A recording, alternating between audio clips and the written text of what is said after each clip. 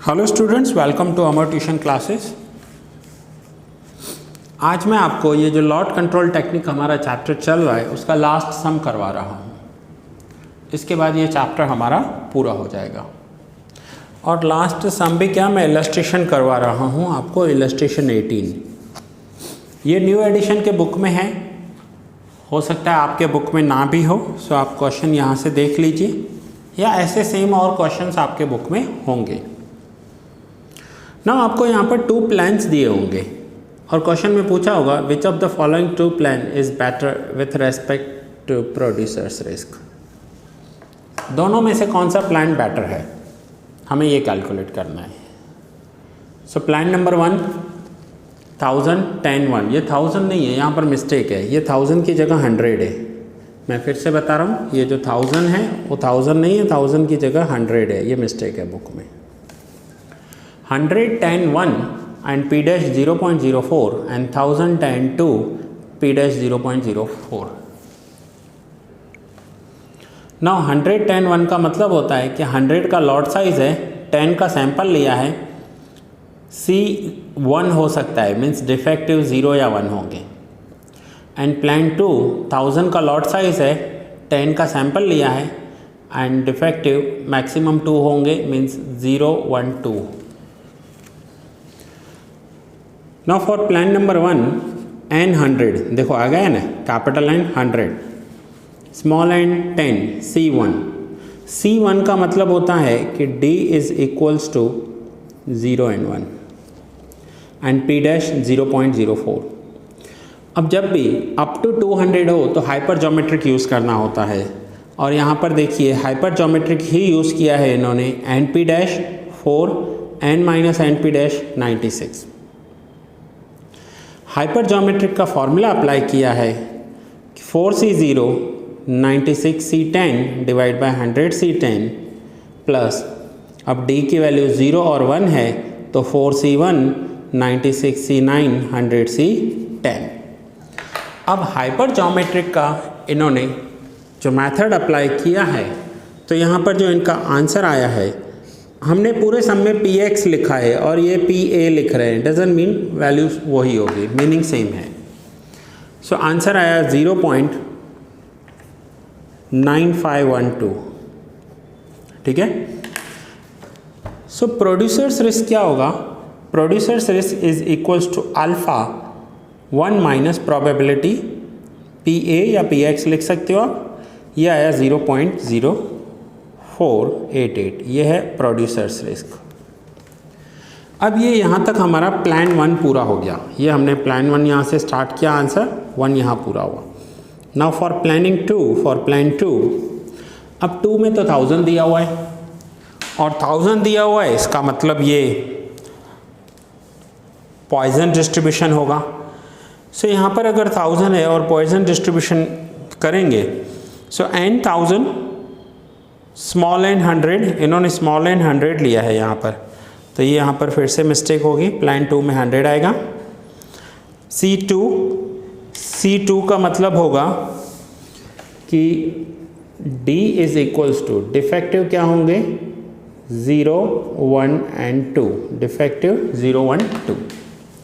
सो ये देखिए Poisson distribution का फॉर्मूला इन्होंने अप्लाई किया है, e raise to minus N P dash into N P dash raise to d divide by d factorial.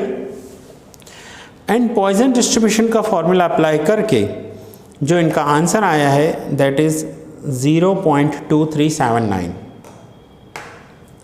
फिर से producers risk alpha equals to 1 minus P A, minus करेंगे, answer आया 0.7621। So plan number 2 के लिए producer 6 0.76 है और plan number 1 के लिए प्रोड्यूसर 6 0.04 है। अब हमें कौन सा प्लान एक्सेप्ट करना है, उसके लिए कंक्लूजन देना है। सो यहाँ पर कंक्लूजन में देखिए क्या लिखा हुआ है, दस by comparing producers risk for both the plans, the producers risk for plan 1 is less, so it is considered as the best plan with respect to producer।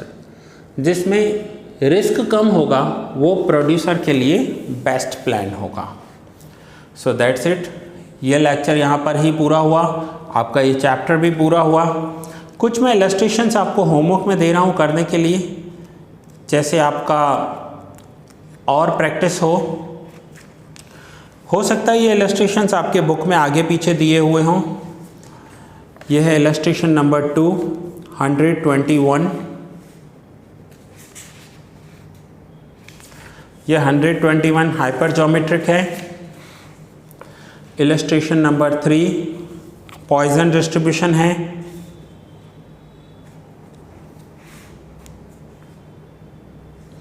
Illustration 6 producers risk दिया हुआ है।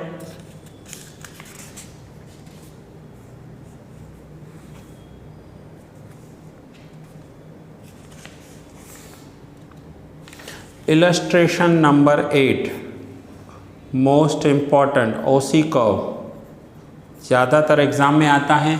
इलस्ट्रेशन नंबर 8 ओसी curve, ये रहा ओसी curve draw करना है आपको।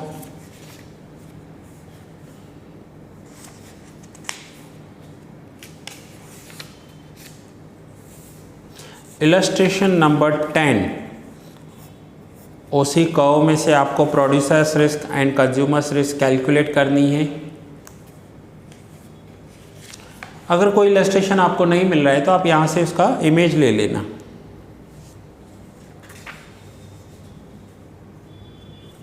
और जहाँ पर इन्होंने PA लिखा है उसकी जगह हमने PX लिखा था।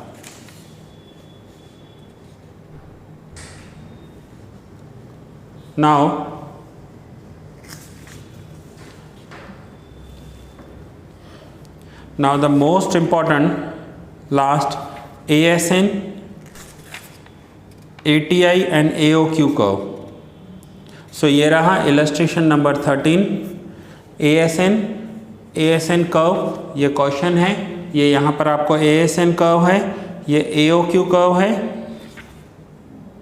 एंड ATI कर्व है।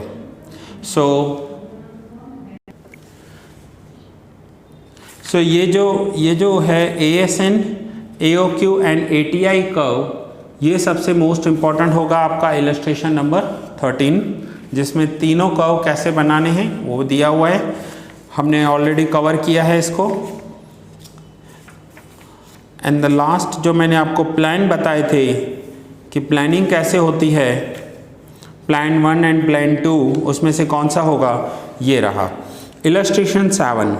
इसमें 3 प्लान दिए हुए हैं, तीनों पॉइजन के दिए हुए हैं, और आपको ये देखना है कि कौन सा प्लान बेटर रहेगा जिसमें रिस्क कम रहेगी। So that's it friends. अगर आपके पास कोई सम नहीं है तो आप मुझे कॉल कीजिएगा, मैं आपको उसके इमेजेस भेजूँगा। ये लेक्चर यहाँ पर ही पूरा हुआ। एक्सरसाइज में अगर आपको एक्स्ट्रा प्रैक्टिस करनी है तो आप क्वेश्चन नंबर 33 एंड 34 कर सकते हो। क्वेश्चन नंबर 34 इम्पॉर्टेंट इसलिए क्योंकि यहाँ पर C की वैल्यू 0, 1 एंड 2 दी हुई है। सो दैट्स इट, मिलते हैं नेक्स्ट लेक्चर में न्यू चैप्टर के साथ। ये चैप्टर आपका यहाँ ही पूरा हुआ।